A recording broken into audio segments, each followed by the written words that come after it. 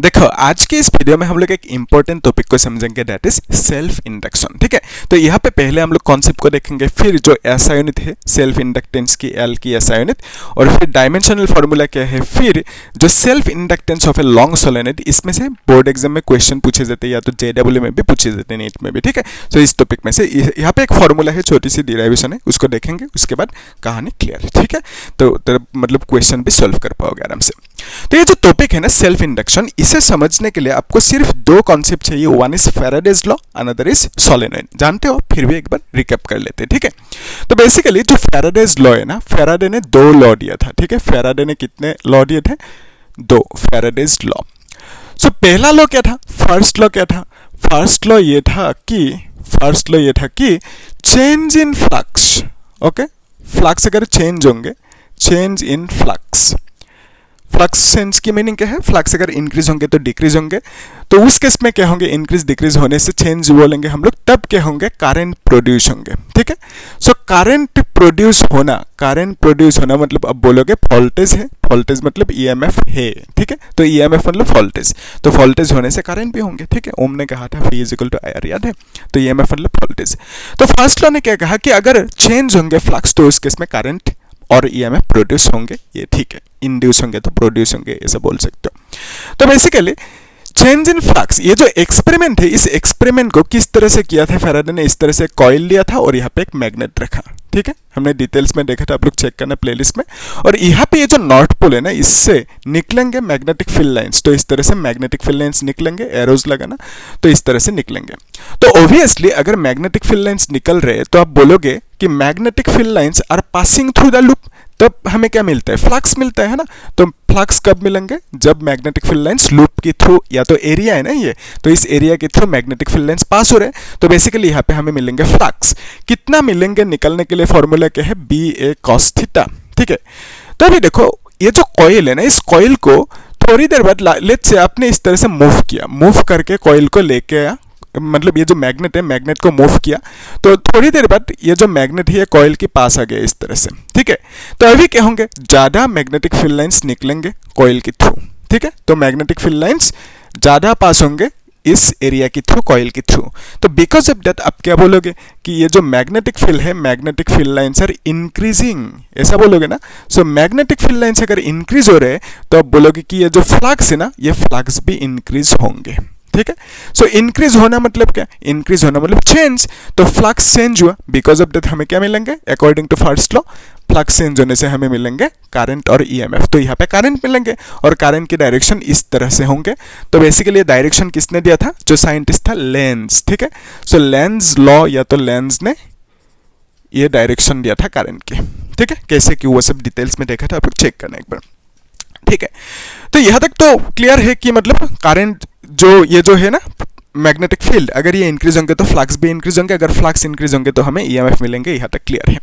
अभी देखो next point है सोलेनोइड। तो लेट्स से ये एक सोलेनोइड है, इस तरह से सोलेनोइड है, तो यहाँ पे कॉइल है बहुत सारा, है ना, इस तरह से कॉइल है। लेट्स से आपने एक बैटरी कनेक्ट कर दिया, है ना, तो इस तरह से लेट्स से आपने एक बैटरी कनेक्ट कर दिया। ठीक है, तो ये जो बैटरी है, बैटरी से ऐसे करंट निकलेंगे, लेट्स से ऐसे करंट निकला तो नीचे की तरफ है करंट, लेट्स से। ठीक है, तो बेसिकली करंट है वहां पे। तो करंट होने से सोलेनोइड के अंदर क्या मिलेंगे हमें? Magnetic field. कैसे निकालोगे मैग्नेटिक फील्ड के डायरेक्शन को?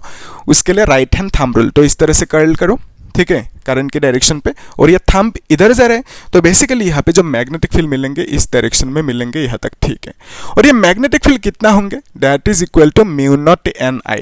और ये N मतलब क्या है? N मतलब क्या है? Number density. Okay, number density मतलब क्या है? N।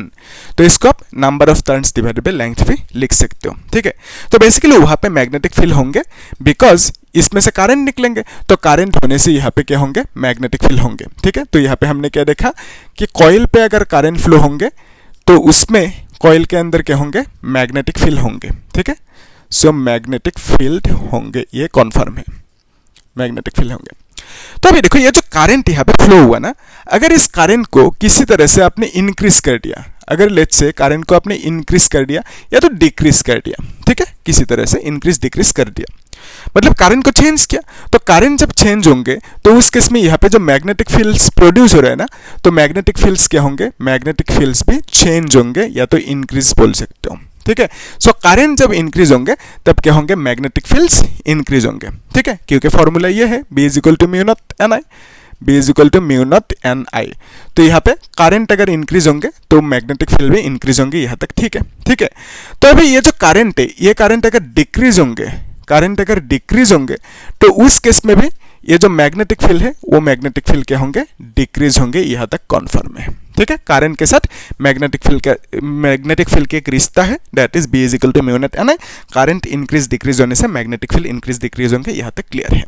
तो अभी हम लोग इसमें आते हैं, दैट इज सेल्फ इंडक्शन। इसमें एक डायग्राम है, सिंपल सी डायग्राम, उसको देख लेते हैं, ठीक है, तो इससे समझ में आएंगे कहानी। तो ये जो कॉन्सेप्ट सीखा ना, समझा, इसी कॉन्सेप्ट को यहाँ पे अभी हम लोग अप्लाई करेंगे, ठीक है। तो लेट्स कंसीडर ये एक इस तरह से कॉइल है, ठीक है, और यहाँ पे आपने क्या किया, एक बैटरी कनेक्ट कर दिया इस तरह से, और यहाँ पे एक स्विच रखा आपने, तो इस तरह से एक सर्किट हो गया। अभी ध्यान से देखो, ये जो स्विच है, स्विच को जब ऑन करोगे, ठीक है, जब ऑन नहीं किया था, ऑन करने से पहले यहाँ पे जो करंट है, लेट्स से करंट की वैल्यू कुछ है, कितना है, लेट्स कंसीडर 0 एम्पियर करंट है। कब है 0 एम्पियर करंट, जब आपने स्विच को ऑन नहीं किया था, तो पहले पहले ऑब्वियसली 0 एम्पियर करंट होंगे। जब स्विच ऑन करोगे तो करंट लेट्स से सर्किट पे कितना हो गया, 3 एम्पियर की करंट हो गया, 3 एम्पियर की करंट सर्किट पे आ गया। तो क्या 3 एम्पियर की करंट डायरेक्टली आ सकता है, नहीं आ सकता। तो आप बोलोगे कि पहले 0 था, 0 से इंक्रीज होके 3 एम्पियर करंट हो गया, ठीक है। तो बेसिकली जब स्विच ऑन किया, पहले पहले करंट 0 था, स्विच ऑन करते ही करंट 0 से इंक्रीज हुआ, इंक्रीज होके कितना हो गया, 3 एम्पियर की करंट हो गया। तो बेसिकली स्विच जब ऑन करोगे तब क्या होंगे, तब करंट की वैल्यू इंक्रीज होंगे, यहाँ तक ठीक है, ठीक है, इंक्रीज होंगे। सो करंट जब इंक्रीज होंगे, करंट इंक्रीज होने से क्या होंगे, मैग्नेटिक फील्ड जो है ना, वो मैग्नेटिक फील्ड क्या होंगे, मैग्नेटिक फील्ड भी इंक्रीज होंगे। करंट जब इंक्रीज होंगे तो मैग्नेटिक फील्ड भी इंक्रीज होंगे, क्योंकि आपके पास रिलेशन है, that is mu naught N I. Current increase होने से मैग्नेटिक फील्ड भी इंक्रीज होंगे, यहाँ तक सही है। तो यहाँ पे करंट जो यहाँ पे प्रोड्यूस, ये जो करंट मिला हमें, बैटरी से करंट मिला नहीं है, तो ये बैटरी से करंट मिला। सो इस करंट को आप क्या बोलोगे, बैटरी करंट बोलोगे, ठीक है, इसको आप बोलोगे बैटरी करंट, सही है तक। तो बेसिकली बैटरी करंट इंक्रीज हुआ, 0 से कितना हो गया, 3 एम्पियर हो गया। तो यहाँ पे करंट फ्लो हो रहा है, इस कॉइल पे करंट फ्लो हो रहा है ना, तो जब भी कॉइल पे करंट फ्लो होंगे तो उस केस में अंदर इनसाइड द कॉइल क्या प्रोड्यूस होंगे, मैग्नेटिक फील्ड लाइंस प्रोड्यूस होंगे। तो बेसिकली यहाँ पे मैग्नेटिक फील्ड प्रोड्यूस होंगे, कितना होंगे, that is this is the formula, ठीक है।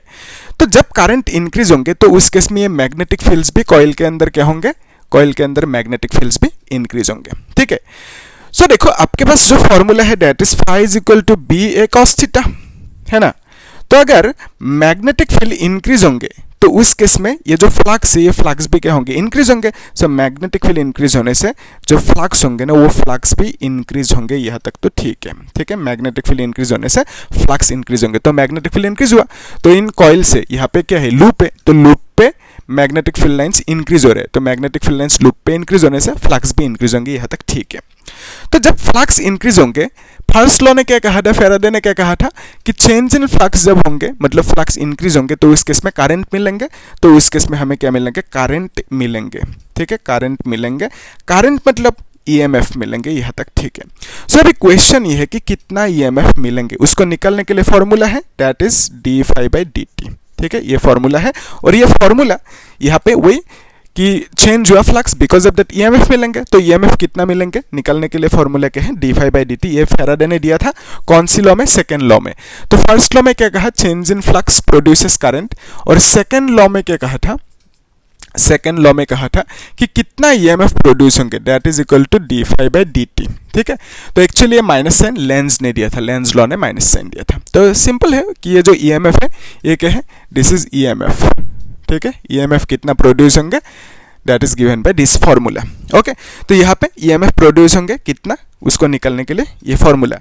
और ये जो करंट प्रोड्यूस है ना, इस करंट को आप बोलोगे इंड्यूस्ड करंट, क्योंकि ये जो करंट प्रोड्यूस हुआ कैसे हुआ, because of the change of flux. तो चेंज इन फ्लक्स हुआ बिकॉज ऑफ ये करंट, बिकॉज ऑफ दैट ये करंट प्रोड्यूस हुआ। सो बेसिकली इस करंट को बोलोगे आप इंड्यूस्ड करंट, ठीक है। चेंज इन फ्लक्स प्रोड्यूसेस और इंड्यूसेस करंट, ठीक है, यहाँ पे इंड्यूसेस लिख भी सकते हो, और प्रोड्यूसेस, इंड्यूसेस हमने देखा था डिटेल्स में, आप लोग चेक करना वहाँ पे, है ना, पहला लेक्चर। तो चेंज इन फ्लक्स इंड्यूसेस क्या है, करंट है, तो यहाँ पे करंट इंड्यूस हुआ, है ना। और ये जो करंट इंड्यूस हुआ क्यों हुआ इंड्यूस? बिकॉज फ्लक्स चेंज हुआ। फ्लक्स क्यों चेंज हुआ? क्योंकि करंट चेंज किया आपने, ठीक है। सो करंट कैसे चेंज किया? स्विच को ऑन किया तो करंट 0 से इंक्रीज हो गया, तो करंट इंक्रीज होने से फ्लक्स इंक्रीज हुआ, फ्लक्स इंक्रीज होने पर क्या हुआ? हमें और एक करंट मिला, that current is called induced current, ठीक है। सो ये जो करंट था जिसको इंक्रीज करते ही क्या हुआ? मैग्नेटिक फील्ड इंक्रीज हुआ, फ्लक्स इंक्रीज हुआ, तो एक करंट मिला। सो ये जो करंट है, this current is called battery current. तो बैटरी करंट को आपने क्या किया? इंक्रीज किया, ठीक है। ये है बैटरी करंट, आप लोग लिखना अच्छे से। बैटरी करंट को जब इंक्रीज किया मतलब ऑन किया स्विच को, तो उस केस में क्या हुआ? एक करंट इंड्यूस हुआ, और ये जो इंड्यूस हुआ करंट, इस करंट के डायरेक्शन कौन सी होंगे? डायरेक्शन होंगे इस करंट के ऑपोजिट डायरेक्शन में होंगे, ठीक है। सो ये जो करंट की डायरेक्शन है दैट इज इंड्यूस्ड करंट की डायरेक्शन, ठीक है, इंड्यूस्ड करंट की डायरेक्शन, ओके। सो ये जो फ्लक्स चेंज हुआ बिकॉज ऑफ दैट करंट मिला हमें, एक इंड्यूस्ड हुआ करंट, उस करंट के डायरेक्शन इस बैटरी करंट के ऑपोजिट होंगे, है ना, यानी इस तरह से होंगे करंट की डायरेक्शन, इंड्यूस्ड करंट की डायरेक्शन, और बैटरी करंट की डायरेक्शन ये है ना, तो बैटरी करंट की डायरेक्शन से ऑपोजिट है। तो आप ऐसे बोल सकते हो कि battery current direction, okay, battery current ऐसे लिख रहे हैं हम लोग, है ना, जो समझ में आ रहा है। तो जो बैटरी करंट है एंड जो इंड्यूस्ड करंट है, एंड जो इंड्यूस्ड करंट है, दोनों की डायरेक्शन एक दूसरे से ऑपोजिट है, ठीक है, ऑपोजिट है। तो induced current and battery current के डायरेक्शन, दोनों की डायरेक्शन एक दूसरे से ऑपोजिट है। यहां तक ठीक है।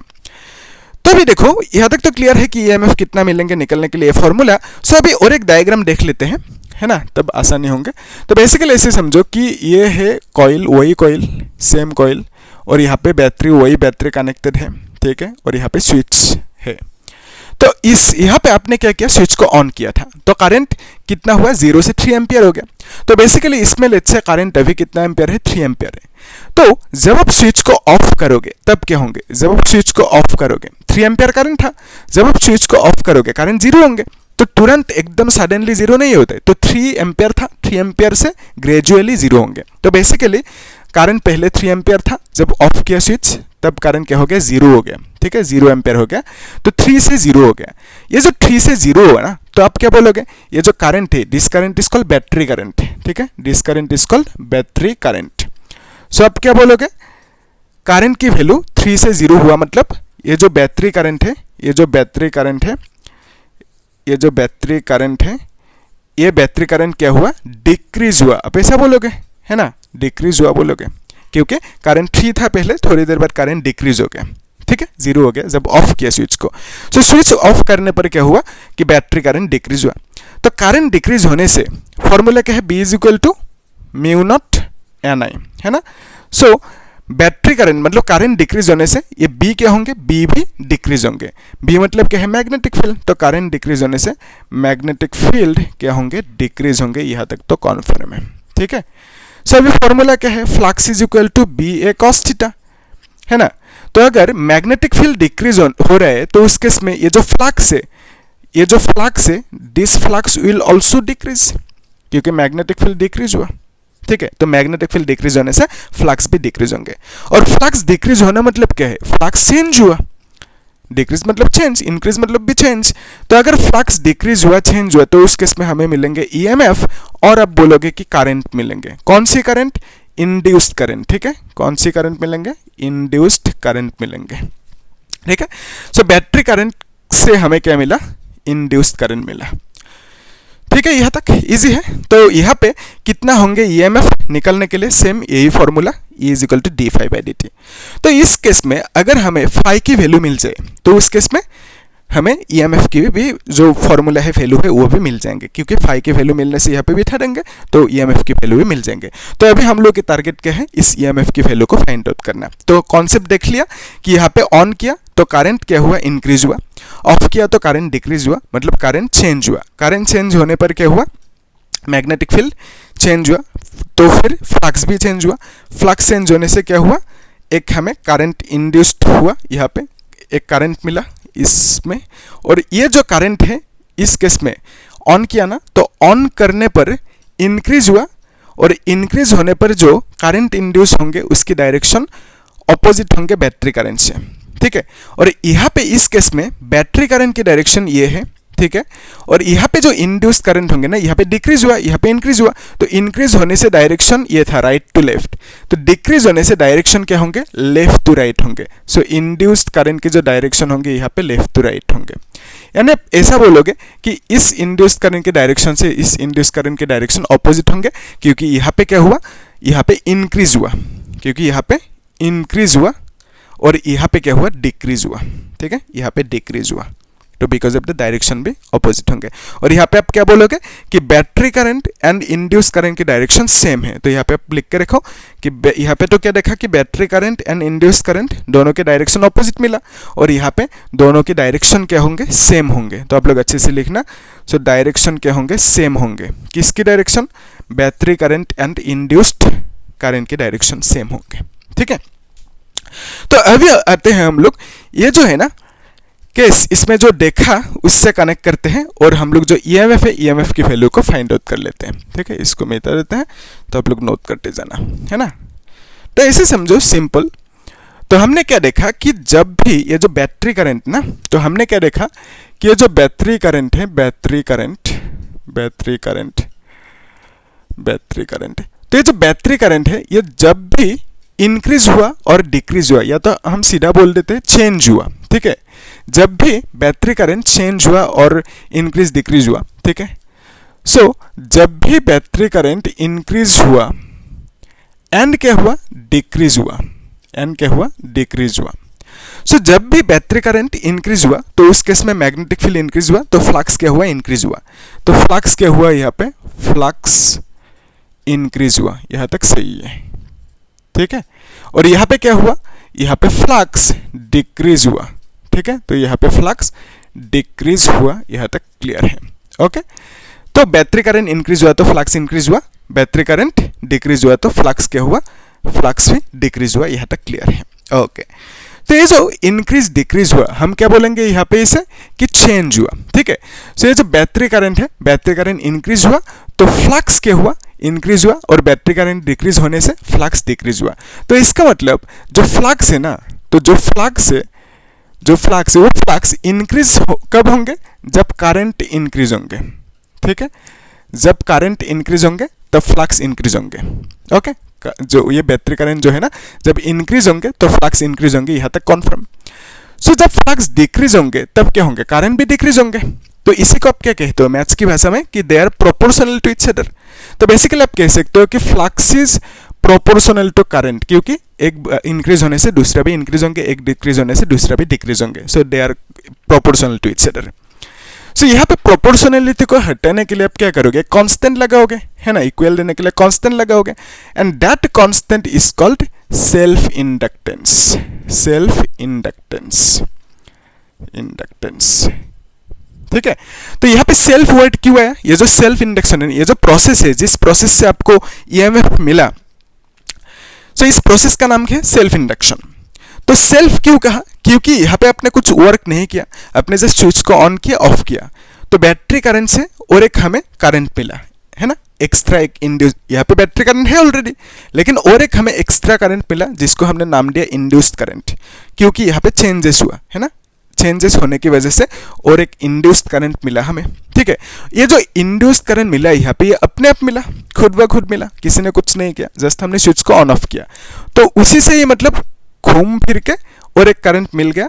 वो जो करंट मिला वो खुद अपने आप मिल गया, है ना, बिकॉज ऑफ द उसके लिए हमने क्या नाम दिया उसको, सेल्फ इंड्यूस्ड करंट, ठीक है। खुद ब खुद वो सेल्फ इंड्यूस्ड हो गया करंट, या तो इसको आप बैक्ड ईएमएफ भी कह सकते हो। ये जो सेल्फ इंड्यूस्ड करंट है ना, सेल्फ इंड्यूस्ड करंट, और सेल्फ इंड्यूस्ड करंट मतलब क्या है, सेल्फ इंड्यूस्ड करंट ना। सो सेल्फ इंड्यूस्ड करंट मतलब आप बोल सकते हो ईएमएफ, सेल्फ इंड्यूस्ड ईएमएफ भी बोल सकते हो, क्योंकि करंट मतलब ईएमएफ, ठीक है।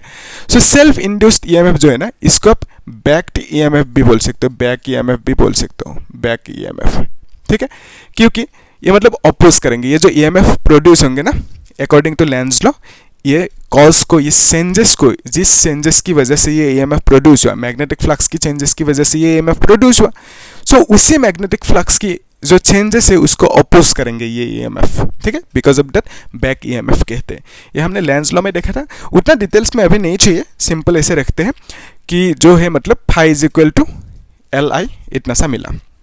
अभी देखो, सो सेल्फ इंडक्टेंस, और यहाँ पे एल मतलब इंडक्टेंस आई, ठीक है यहाँ तक, तो phi is equal to L I यहाँ तक मिल चुका। तो अभी देखो ये जो ईएमएफ है ना, this EMF is equal to, आप लिख सकते हो D phi by D T, तो इस तरह से लिखोगे। तो ये जो फाई है, इस फाई की जगह पे आप क्या लिखोगे, फाई की जगह पे आप लिखोगे एल इंटू आई, इस तरह से लिखोगे, फाई मतलब एल आई।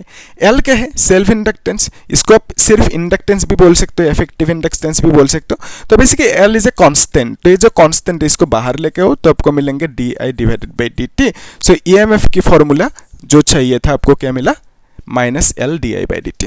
एल मतलब सेल्फ इंडक्टेंस, ई मतलब EMF, D I by D T current by time, ठीक है। सो इस यहाँ तक डिराइवेशन पूछते हैं तो आप लोग कर सकते हो, ठीक है। सो ईएमएफ की हमें वो मिल गया। अभी हम लोग आते हैं इसमें, that is SI unit of self inductance. ये जो सेल्फ इंडक्टेंस है ना एल, इसके एसआई यूनिट क्या होंगे उसमें आते हैं, ठीक है। उसके लिए इसको मिटाना होगा, है ना। तो यहाँ पे हमने क्या क्या देखा कि करंट जब इंक्रीज डिक्रीज होंगे, चेंज होंगे, तो इसके इसमें फ्लक्स भी इंक्रीज डिक्रीज होंगे। बिकॉज ऑफ दैट हमने क्या लिखा, flux is proportional to current, और यहाँ पे एक सेल्फ इंडक्टेंस कांस्टेंट लगा दिया, ठीक है। ये कांस्टेंट है, एल मतलब सेल्फ इंडक्टेंस कांस्टेंट है, और वही है जो इससे हमने ईएमएफ की वैल्यू फाइंड आउट किया। तो अभी हमें क्या करना है, एसआई यूनिट ऑफ एल को फाइंड आउट करना है, ठीक है। इजी है, एकदम इजी है। फिर डायमेंशन, फिर क्या है, self inductance of long solenoid, ठीक है। इसको भी मिटा सकते हैं, है ना। सो देखो ये जो है ना एसआई यूनिट, इसको देख लेते हैं पहले। एसआई यूनिट किसकी, of self inductance, that is L, या तो इसे सिर्फ इंडक्टेंस भी कह सकते हो। तो ये जो एल है, एल की एसआई यूनिट चाहिए, तो उसके लिए फॉर्मूला क्या लोगे, EMF is equal to minus D I by D T, और यहाँ पे एल होंगे, L D I by D T, इस तरह से। सो अभी देखो ये जो डी टी है ना, डी टी को अगर इस साइड लेके आओगे, डी आई को नीचे लेके आओगे, कोई प्रॉब्लम नहीं है, तो यहाँ पे इस तरह से लिखो। सो एल को आप लिख सकते हो D T divided by D I, इस तरह से लिख सकते हो, ये आई होंगे ना, तो इस तरह से लिख सकते हो, ठीक है। सो डी टी बाई आई, तो माइनस को लिख के क्या ही करोगे, हम लोग ऐसा यूनिट निकल रहे हैं ना। तो यहाँ पे ई मतलब ईएमएफ, ईएमएफ की यूनिट क्या है, पोटेंशियल, कैपिटल वी होंगे। डी मतलब टाइम होंगे, टाइम का यूनिट सेकंड। आई मतलब करंट, करंट का यूनिट एम्पियर। तो बेसिकली इसको आप लिख सकते हो वोल्ट सेकंड एम्पियर इनवर्स, इस तरह से। और ये है एल की यानी सेल्फ इंडक्टेंस की, या तो इंडक्टेंस भी बोल सकते हो। सो इंडक्टेंस की ऐसा यूनिट है ये, ठीक है, वोल्ट सेकंड एम्पियर इनवर्स, ठीक है, वोल्ट सेकंड एम्पियर इनवर्स। तो ये है ऐसा यूनिट, ओके। फी मतलब volt second and ampere inverse, ऐसा यूनिट किसकी है, इसका एल की, यानी आप बोलोगे सेल्फ इंडक्टेंस की ऐसा यूनिट, ठीक है। सो अभी नेक्स्ट जो है डायमेंशनल फार्मूला, उसको भी देख लेते हैं ना साथ में। तो डायमेंशनल फार्मूला क्या कहता है कि, डायमेंशन लिख देते हैं, डायमेंशनल फार्मूला किसकी, dimensional formula dimensions of L लिख दिया, ठीक है। अभी देखो इसके लिए आप क्या करोगे, वो जो फॉर्मूला है ना phi is equal to L I, उसको यूज कर सकते हो। तो यहाँ से L is equal to phi divided by I लिखोगे। फाई मतलब क्या, बी ए कॉस थीटा, तो बी ए कॉस थीटा लिख दो, आई मतलब आई रखो अभी के लिए, ठीक है। सो ये जो बी ए कॉस थीटा है ना, कॉस थीटा की कुछ यूनिट है नहीं, सो सिर्फ बी ए और यहाँ पे आई लिख देते हैं। सो बी की यूनिट क्या होंगे, उसके लिए आप एक काम कर सकते हो, आपको मालूम है ये जो फॉर्मूला है ना, F is equal to Q V B sine theta, याद है आपको, F is equal to Q into V cross B, force on a moving charge in magnetic field, है ना, चैप्टर 4 में पढ़ा था हम लोगों ने। तो यहाँ पे Q V B sine theta, और साइन थीटा की कुछ यूनिट है नहीं, तो बेसिकली आप क्यू वी बी लिख सकते हो, ठीक है। और यहाँ से बी की यूनिट क्या लिख सकते हो, F divided by Q V, इस तरह से लिख सकते हो। वी मतलब वेलोसिटी, एफ मतलब फोर्स, क्यू मतलब चार्ज। सो ये जो है ना एफ की ऐसा यूनिट क्या है, एफ की ऐसा यूनिट है KG meter per second square. Charge की ऐसा यूनिट क्या है, एक्चुअली एफ की ऐसा यूनिट ये क्यू है, उसको भी देख लो। आपको मालूम है कि force is equal to mass into acceleration, mass की यूनिट केजी है, एक्सीलरेशन की unit meter per second square, क्योंकि एक्सीलरेशन मतलब वेलोसिटी बाय टाइम होता है। सो फोर्स की ऐसा unit kg meter per second square लिख दिया। और आपको मालूम है कि करंट मतलब क्या है, करंट मतलब चार्ज बाय टाइम, है ना। तो charge is equal to current into time लिखोगे, करंट की यूनिट एम्पियर, टाइम की यूनिट सेकंड, तो चार्ज की यूनिट एम्पियर सेकंड, तो चार्ज की यूनिट एम्पियर सेकंड लिख दो। और यहाँ पे v मतलब क्या है, दिस इज वेलोसिटी, वेलोसिटी मतलब मीटर पर सेकंड लिख दो, ठीक है।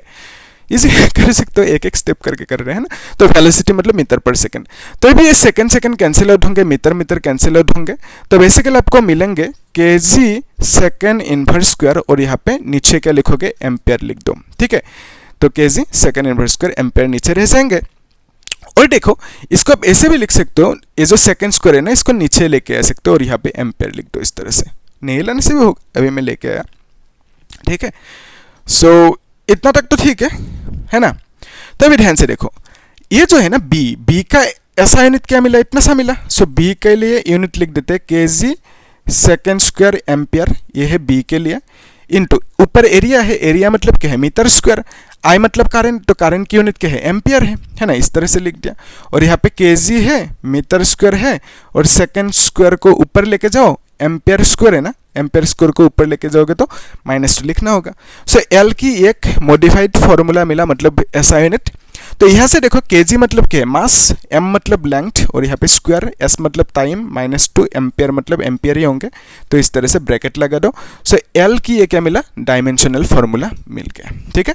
एम एल स्क्वायर टी -2, उसके बाद ए इनवर्स स्क्वायर, ठीक है।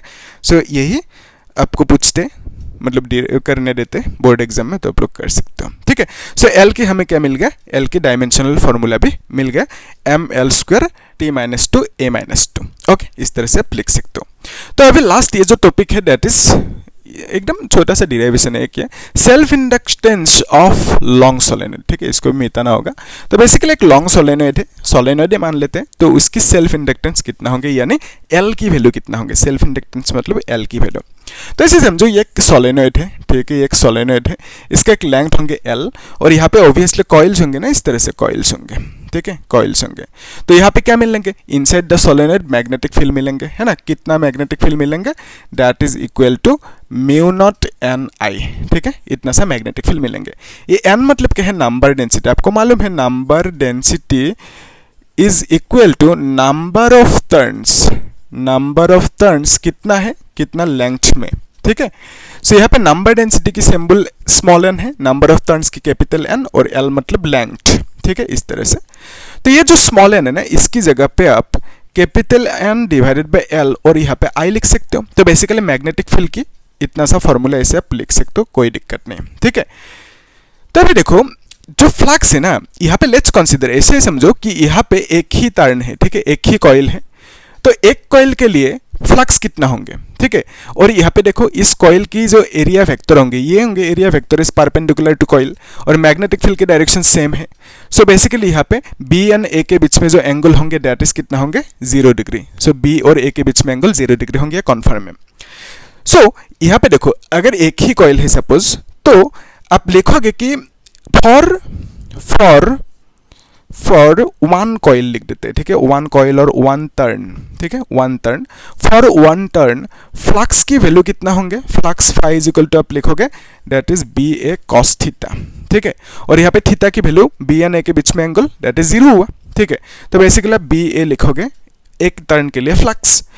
तो n टर्न होंगे, तो फॉर n टर्न्स, तो लेट्स से इस सोलेनॉइड पे कितना टर्न है, n टर्न से। So for n turns flux की वैल्यू क्या लिखोगे आप, फ्लक्स की वैल्यू बी ए इंटू एन लिखोगे, ठीक है। तो अगर 10 टर्न्स होंगे तो 10 से मल्टीप्लाई करोगे जितना टर्न्स होंगे, तो बी ए इंटू एन लिख दिया। तो अभी देखो बी जो है ना, बी का वैल्यू अभी भी मिल चुका। सो बी का वैल्यू कितना, μ0 Ni डिवाइडेड बाई एल, और यहाँ पे a इंटू एन लिख दो, ठीक है। सो इसको आप क्या लिख सकते हो, इसको आप लिख सकते हो μ0 n स्क्वायर I, और यहाँ पे a डिवाइडेड बाई एल लिख दिया। तो फ्लक्स की एक हमें फॉर्मूला मिल गया इतना सा, ठीक है, μ0 n स्क्वायर I, फिर क्या मिला, that is a divide by L, ठीक है, इजी है यहाँ तक, फाइन। तो अभी देखो अभी जो हमें क्या चाहिए, सोलेनॉइड की जो इंडक्टेंस है वो चाहिए, मतलब L की वैल्यू चाहिए, है ना। तो अभी जो मिला फ्लक्स की वैल्यू क्या मिला, Li मिला, है ना, flux is equal to Li मिला। सो इसको नंबर 2 इक्वेशन कह दो, इसको नंबर 1 इक्वेशन कह दो, ठीक है। सो अगर हम 1 and 2 को इक्वेट करें तो हमें क्या मिलेंगे, तो लेट्स कंसीडर ये जो फाई है ना, इस फाई की जगह पे Li लिख दिया, ठीक है।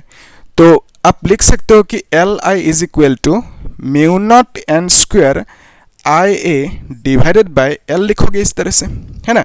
तो आपने क्या किया, ये जो फाई है ना, फाई की जगह पे एल आई लिख दिया और बाकी एज इट इज है, ठीक है।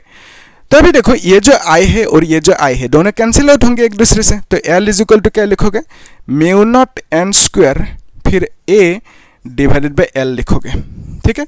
सो ये जो एल है this is self inductance, okay, self inductance. किसका सेल्फ इंडक्टेंस, लॉन्ग सोलेनोइड की, ऑफ लॉन्ग सोलेनोइड और सोलेनोइड के हिटो, ठीक है।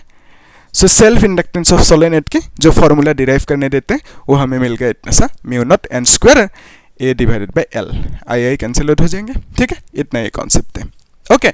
सो हमने ये भी देख लिया कि सेल्फ इंडक्टेंस कितना होंगे सोलेनोइड की, वो हमने फाइंड आउट कर लिया। और इसमें से मतलब क्वेश्चन पूछे जाते हैं, ठीक है, ज़्यादातर क्वेश्चन। तो इस ये जो क्वेश्चन पूछेंगे हम लोग देखेंगे नेक्स्ट क्लास में, मैंने कुछ क्वेश्चन चूज करके रखा, ठीक है, बोर्ड एग्जाम की पीओआई को। सो इस टॉपिक के ऊपर बेस्ट, तो उसे हम लोग नेक्स्ट क्लास में सॉल्व करेंगे। तो आप लोग क्या करना, इसको अच्छे से देखना और कुछ डाउट है तो पूछना मुझे कमेंट में, ठीक है। और क्या करना, चैनल को आप लोग सब्सक्राइब करके रखना, ठीक है, और लाइक भी करना, और कुछ डाउट है तो पूछना होगा। Thank you.